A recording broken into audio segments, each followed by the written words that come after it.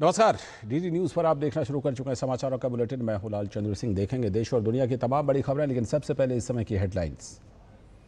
विदेश मंत्री doctor S Jaishankar ने रक्षा मंत्री राजनाथ सिंह के एससीओ में कड़े रुख का किया समर्थन। कहा, आतंकवाद के जिक्र के बिना संयुक्त बयान स्वीकार नहीं।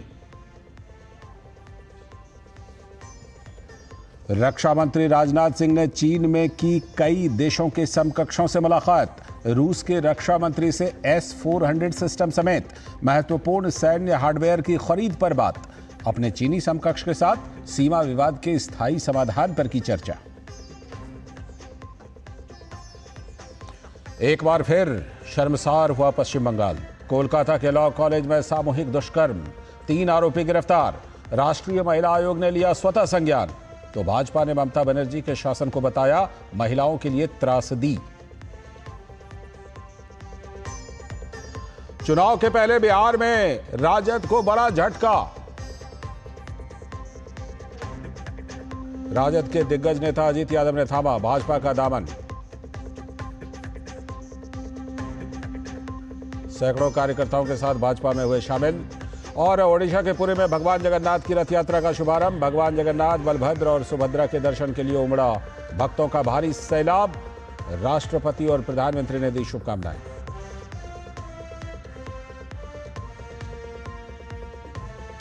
हेडलाइंस के बाद खबरें विस्तार से। विदेश मंत्री एस जयशंकर ने शंघाई सहयोग संगठन यानी एससीओ की बैठक में रक्षा मंत्री राजनाथ सिंह के सख्त रुख का समर्थन करते हुए भारत की आतंकवाद के खिलाफ जीरो टॉलरेंस नीति को दोहराया है। डॉक्टर जयशंकर ने कहा कि एससीओ में एक देश ने आतंकवाद का उल्लेख रोकने की कोशिश की, लेकिन राजनाथ सिंह ने साफ कहा कि अगर यह नहीं होगा तो हम बयान स्वीकार नहीं करेंगे।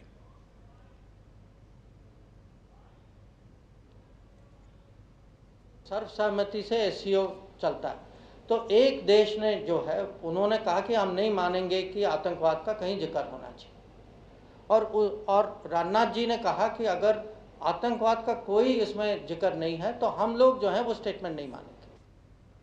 और डॉक्टर एस जयशंकर ने इससे पहले आपातकाल के 50 साल पर आयोजित मॉक पार्लियामेंट को संबोधित करते हुए कहा कि आजकल कुछ लोग संविधान को लेकर हाथ में घूमते हैं, लेकिन कांग्रेस ने आपातकाल के लिए कभी माफी नहीं मांगी।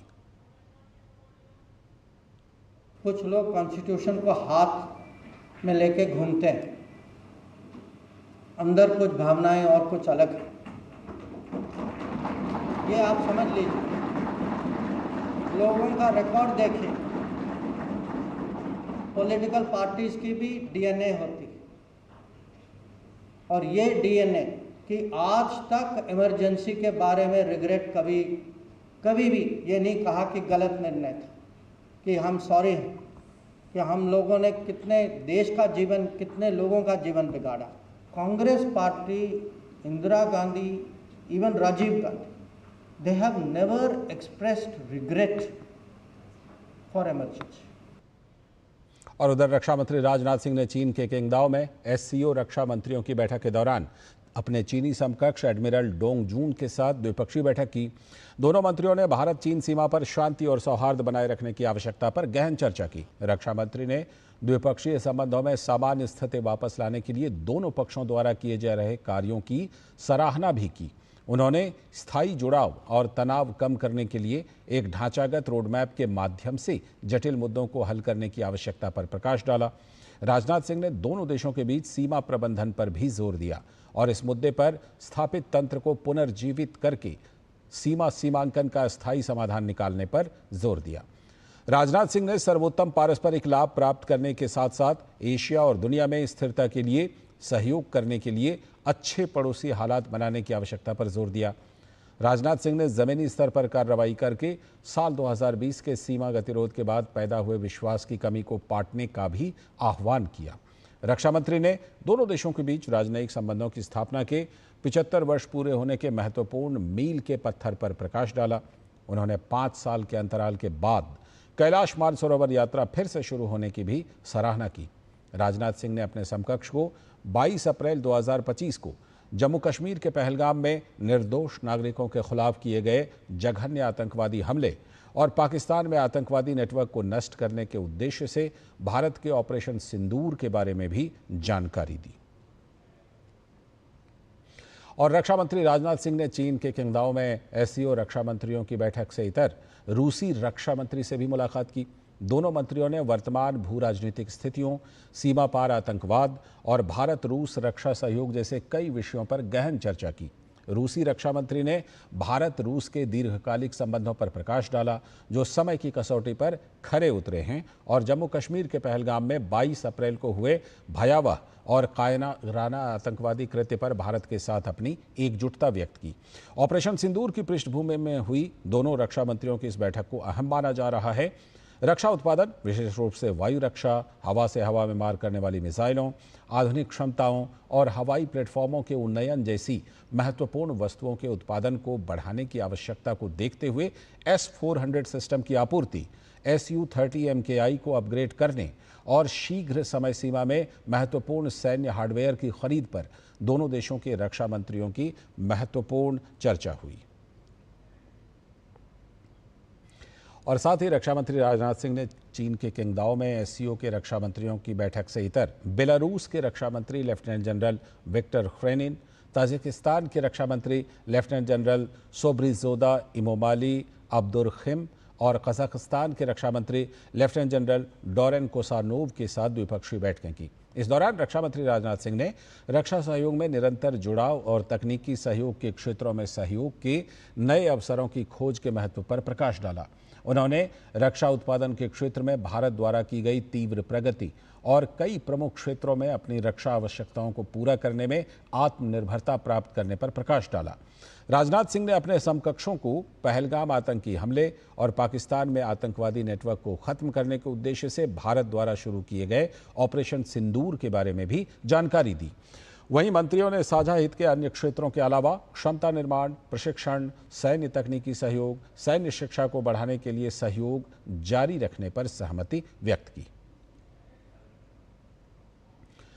और विदेश मंत्री डॉक्टर एस जयशंकर ने ईरान के विदेश मंत्री से फोन पर बात की। इसकी जानकारी देते हुए विदेश मंत्री एस जयशंकर ने अपने सोशल मीडिया प्लेटफॉर्म एक्स पर लिखा, आज दोपहर ईरान के विदेश मंत्री सैयद अब्बास अराक्ची से बात की। मौजूदा जटिल स्थिति में ईरान के दृष्टिकोण और सोच को साझा करने के लिए उनकी सराहना करता हूं। भारतीय नागरिकों की सुरक्षित निकासी में मदद करने के लिए उन्हें धन्यवाद दिया। और अब आज की एक और बड़ी खबर, नई दिल्ली के विज्ञान भवन में सूक्ष्म, लघु और मध्यम उद्यम मंत्रालय द्वारा अंतर्राष्ट्रीय एमएसएमई दिवस पर कार्यक्रम का आयोजन किया गया। इस कार्यक्रम में राष्ट्रपति द्रौपदी मुर्मू मुख्य अतिथि के रूप में शामिल हुई।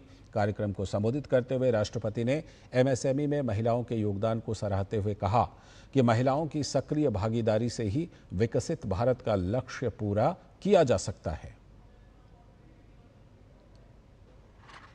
पूरे देश में एमएसएमई का फैलाव और करोड़ों लोगों का रोजगार के लिए इस क्षेत्र से जुड़ाव इसे सस्टेनेबल ग्रोथ में महत्वपूर्ण बनाता है। इस क्षेत्र का विकास महिलाओं और कमजोर वर्गों के लोगों को आत्मनिर्भर बनाने में अहम है। ये प्रसन्नता की बात है कि एमएसएमई सेक्टर में हाल के वर्षों में महिलाओं की भागीदारी बढ़ी है। हम सब जानते हैं देश में महिलाएं 50% है। जो महिलाओं का रोजगार बढ़ेगा तो देश का जो हम लोगों का सपना 2047 तक देश को विकसित भारत बनाने का मुझे लगता है वो तब संभव हो सकेगा। अगली खबर, उपराष्ट्रपति जगदीप धनखड़ ने उत्तराखंड के नैनीताल में शेरवुड कॉलेज के 156वें स्थापना दिवस समारोह की अध्यक्षता की। उन्होंने शेरवुड कॉलेज के छात्रों और संकाय सदस्यों को संबोधित किया। उन्होंने कहा कि हम ऐसे समय में रह चुके हैं जब लैंडलाइन फोन होना एक परम विशेषाधिकार था। उपराष्ट्रपति ने भारत में डिजिटल कनेक्टिविटी को बेमिसाल बताया।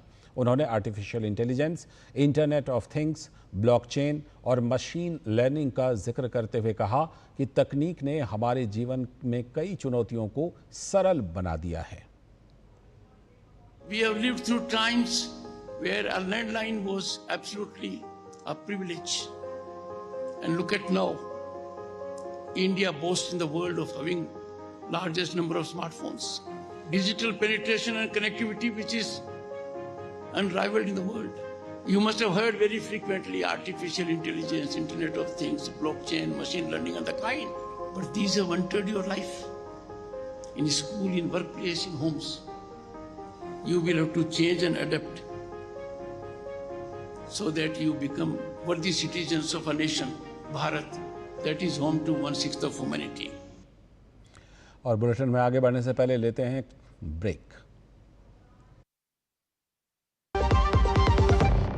जब विश्व चाय की बात बोलती है तो आसाम की बात आती है और हम गौरव फील करते हैं। सच में लाजवाब हमारी चाय, आसाम की चाय। 200 glorious years of Assam tea. The saga will continue for many more centuries to come.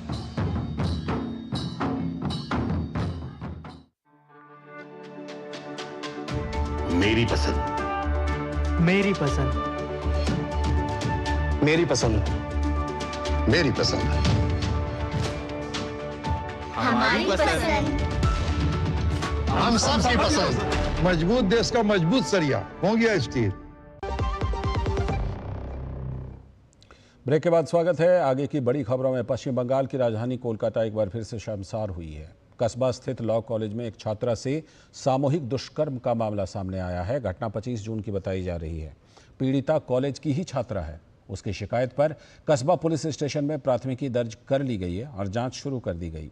मामले में पूर्व छात्र नेता मनोजीत मिश्रा समेत 3 लोगों को गिरफ्तार किया गया है। मनोजीत कॉलेज का पूर्व छात्र और छात्र संघ का नेता रहा है। जानकारी के अनुसार तृणमूल कांग्रेस के नेतृत्व वाली गवर्निंग काउंसिल की सिफारिश पर मनोजीत को कॉलेज में नौकरी भी दी गई थी। अन्य 2 आरोपी कॉलेज के मौजूदा छात्र हैं।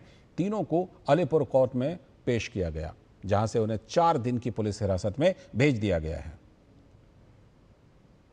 और इस घटना को खिलाफ लोगों में काफी गुस्सा है और कोलकाता में सड़कों पर उतरकर लोगों ने प्रदर्शन किया। और राष्ट्रीय महिला आयोग यानी एनसीडब्ल्यू ने भी इस घटना का स्वतः संज्ञान लिया है। इस संबंध में एनसीडब्ल्यू की अध्यक्षा विजया राहटकर ने कोलकाता के पुलिस आयुक्त को पत्र लिखकर गहरी चिंता व्यक्त की है। उन्होंने बीएनएस भारतीय नागरिक सुरक्षा संहिता के प्रासंगिक प्रावधानों के तहत तत्काल जांच के निर्देश दिए हैं। विजया राहटकर ने पीड़िता को बीएनएसएस की धारा 396 के तहत मुआवजे के साथ साथ पूर्ण चिकित्सा, मनोवैज्ञानिक और कानूनी सहायता प्रदान करने की आवश्यकता पर भी जोर दिया है। आयोग ने 3 दिनों के भीतर विस्तृत कार्रवाई रिपोर्ट मांगी है।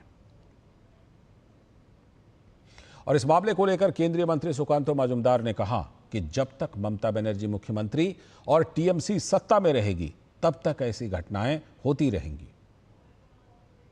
कस्बा लॉ कॉलेज में इस तरीके की घटना घटी, ये आरजीकर मामले के बाद फिर से घटना दर्शाती है कि इस राज्य में महिलाओं की स्थिति क्या है। और जो एक्यूज है, मूल एक्यूज है, उसके खिलाफ जो आरोप आया है वो तृणमूल कांग्रेस के छात्र परिषद के नेता है और तृणमूल कांग्रेस के सभी बड़े नेताओं के साथ, मंत्रियों के साथ उसकी फोटो है। तो जब एक मुख्यमंत्री जी बोलेंगे कि रेप हो गया कहीं पे तो छोटी घटना है, वहाँ पे कुछ नहीं हुआ, या बोलेंगे कि उसके साथ प्रेम संबंध था जिस लड़की का रेप हुआ है, इस तरीके की बयान ममता बनर्जी के द्वारा और ममता बनर्जी के पार्टी के द्वारा लगातार दिया गया है। तो इस तरीके की बयानबाजी जब होती है, इवन आरजीकर के मामले में आप देखेंगे तो आरजीकर के घटनाओं को दबाने की हर संभव कोशिश ममता बनर्जी की तरफ से की गई थी। तो जब एक चीफ मिनिस्टर जो होम मिनिस्टर भी है, जिस तरीके की अगर कोशिश करेंगे कि रेप की घटनाओं को दबाने के लिए, तो ऑब्वियसली जो क्रिमिनल्स है उनको लगेगा कि सरकार हमारी तो दोस्त है। और आगे की खबरों में केंद्रीय कृषि मंत्री शिवराज सिंह चौहान ने वाराणसी में पत्रकार वार्ता के दौरान कहा कि आपातकाल घोषित करना संविधान की हत्या करने के बराबर था।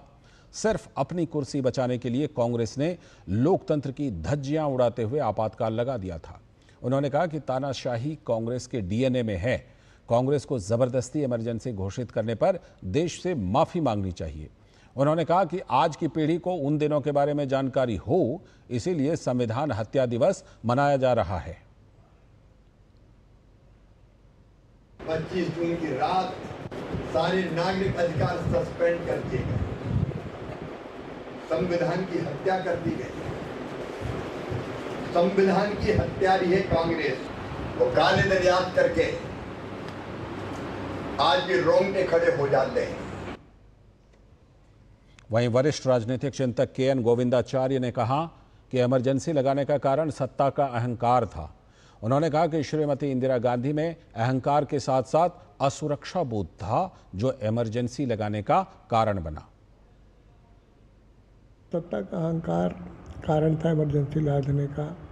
अहंकार के साथ साथ असुरक्षा बोध बहुत था श्रीमती इंदिरा गांधी में, इसलिए ये लागू किया उन्होंने। जबकि वो हट जाती ग्रेसफुली उस समय ही तो काफ़ी अच्छा रहता। हमारा मानना है कि अंडरग्राउंड नेटवर्क के लिए और जो समुद्र मंथन चला था बिहार आंदोलन से लेकर शुरू, उसमें संघ परिवार की भूमिका कछुआ अवतार जो था उसकी तरह थी। मंथन में मंदराचल पर्वत नीचे चला जाए, ऐसे आंदोलन लहर के रूप में चलता है, ऊंचा आता है फिर नीचे भी जाता है। नीचे जाने की स्थिति में आंदोलन की स्पिरिट को और स्ट्रक्चर को संभाल कर रखना ये संघ के द्वारा ही हो सकता था, वो हुआ। इसी आधार पर सस्टेन कर पाए इतने समय तक। और अंतिम चुनाव के समय में भी संघ का कैडर उस समय जो उठ गया और वातावरण भी बन गया हेमावती नंदन बहुगुणा, जगजीवन राम और अब्दुल्ला बुखारी के कारण, इस कारण सत्ता पलट हो गया। और देश में आपातकाल के 50 वर्ष पूरे होने के अवसर पर दिल्ली के अम्बेडकर इंटरनेशनल सेंटर में एक कार्यक्रम का आयोजन किया गया। इस कार्यक्रम में राष्ट्रीय स्वयंसेवक संघ के सरकार्यवाह दत्तात्रेय होसबोले भी शामिल हुए। इस अवसर पर आरएसएस के सरकार्यवाह दत्तात्रेय होसबोले ने अपने संबोधन में कहा कि बाबा साहब आम्बेडकर ने जो संविधान बनाया उसकी प्रस्तावना में समाजवाद और धर्मनिरपेक्ष शब्द कभी नहीं थे।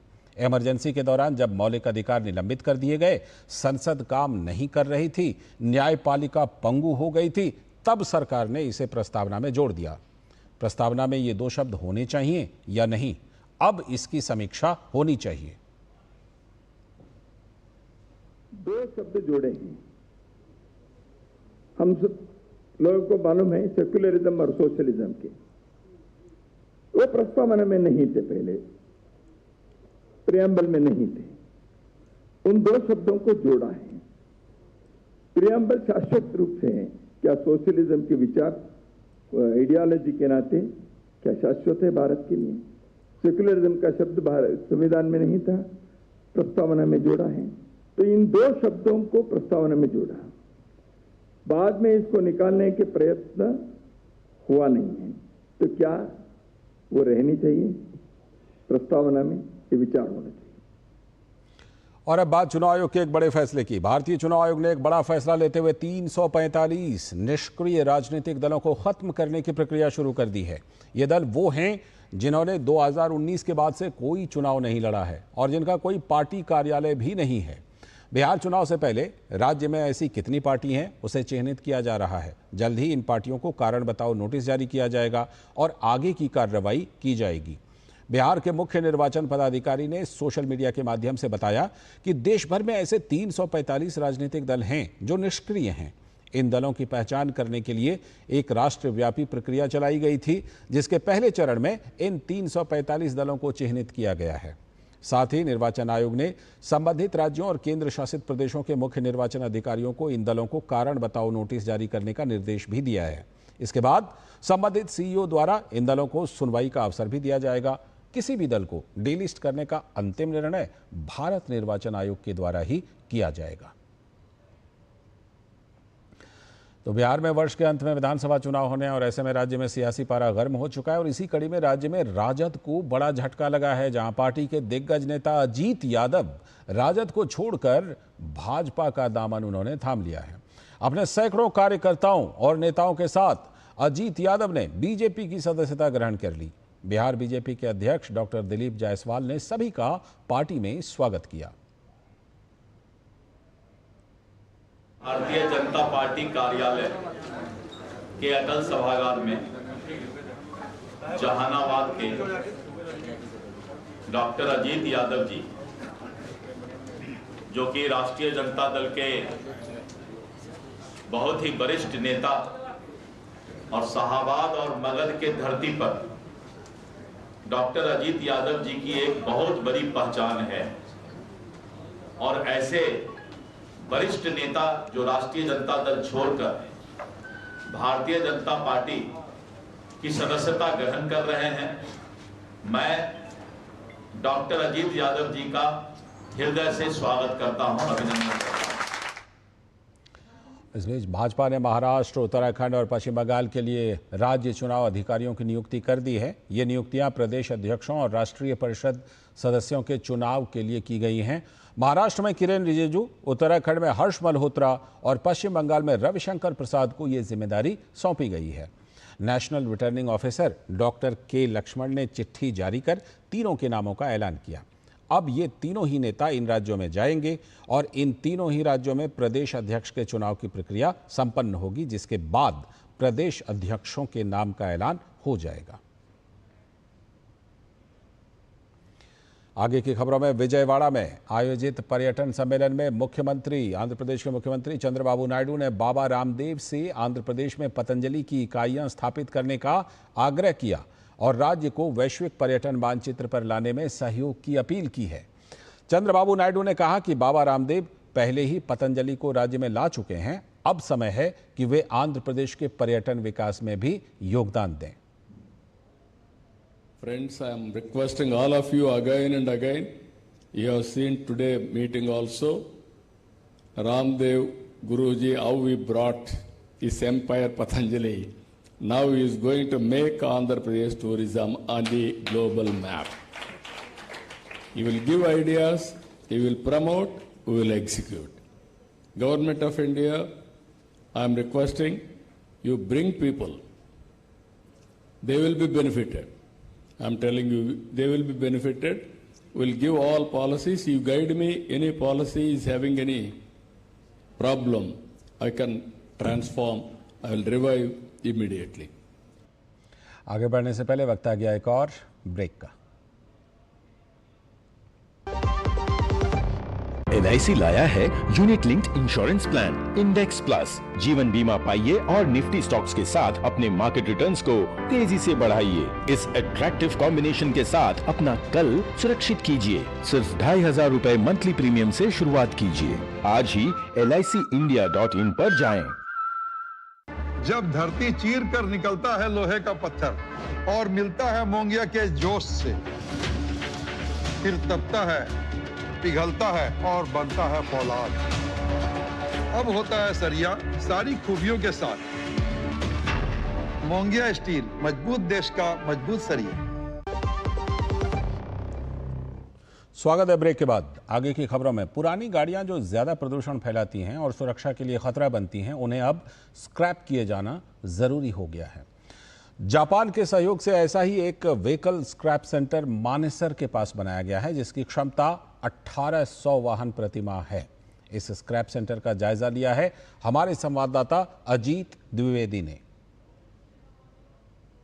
मोटर व्हीकल एक्ट के अनुसार 10 साल से ज़्यादा पुरानी डीजल की गाड़ियां और 15 साल से ज़्यादा पुरानी पेट्रोल की गाड़ियां जो है वो रोड पर नहीं चल सकती हैं और ऐसे वाहनों को डिसमेंटल किया जाता है, स्क्रैप किया जाता है। और इस समय हम दिल्ली NCR के पास मानेसर में ऐसे ही स्क्रैपिंग फैसिलिटी में है, जहां पर कि आप देख सकते हैं किस तरीके से गाड़ियों को स्क्रैप किया जाता है। उसका यहाँ पे आपको एग्जांपल दिखा रहे हैं। पूरी प्रोसेस हम आपको बताएंगे कि सबसे पहले जो है गाड़ियाँ यहाँ पर आती हैं और उसका यहाँ पे पूरी तरीके से उसकी जांच की जाती है और जो भी पार्ट्स जो है उसके निकाले जाते हैं, उसको आइडेंटिफाई किया जाता है, बाकायदा नोट किया जाता है और जो पार्ट्स हैं उसके वो अलग अलग किए जाते हैं। बॉडी के जो जरूरी कंपोनेंट हैं उनको अलग करने के बाद जो स्क्रैप करने वाला पार्ट है उसको जो है मेटल को वहाँ पर कंप्रेस जो मशीन है उसके माध्यम से वहाँ मेटल को डाला जाता है, को कंप्रेस करके जो है रिसाइकल के लिए भेजा जाता है। करीब 25,000 से ज़्यादा वाहनों को साल भर में स्क्रैप करने की इसकी क्षमता है। हमारे साथ बात करने के लिए अनिरुद्ध केडिया जी हैं। अनिरुद्ध जी, किस तरीके से ये पूरा